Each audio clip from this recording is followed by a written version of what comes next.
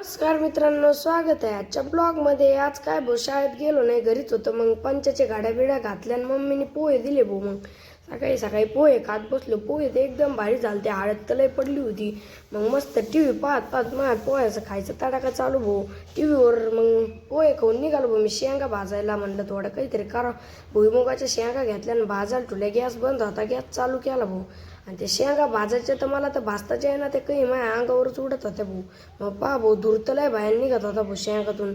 असं वाटत होतं एखादी फुटून तोंडावर पडती काय। मग शेंगा भाजून मी मस्त टीव्ही पाहत पाहत परत शेंगा खायची सुरुवात केली। शेंगाचं ते हाताला काळे लागत होतं। मग खाली पिशवी घेतली भाऊ, पिशवी मग शेंगा खाऊन निघालो दुपारच्या पारी मंदिराकडे।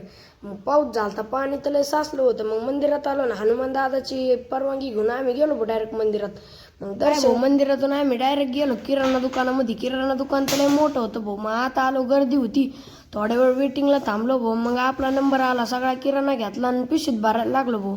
मग किराणा पिशवीत भरून आम्ही निघलो भाऊ घराकडे। पहा भाऊ, पुलावरचे झेंडेतले फडकत होते। मग किराणा घेऊन आम्ही निघलो वडापाववाल्या दुकानात। वडापाववाल्या दुकानात आलो, त्याच्याकडून 2 वडापाव घेऊन आम्ही आलो भाऊ घरी। वडापाव घेऊन आम्ही डायरेक्ट आलो भाऊ घरी। घरी आल्यावर बसलो अभ्यासाला। मग हँडरायटिंग कशी वाटली कमेंटमध्ये नक्की सांगा भाऊ। मग मित्रांना अभ्यास चालू होता, मग अभ्यास केला। मग भेटू उद्याच्या ब्लॉगमध्ये। लाईक आणि शेअर नक्की करा।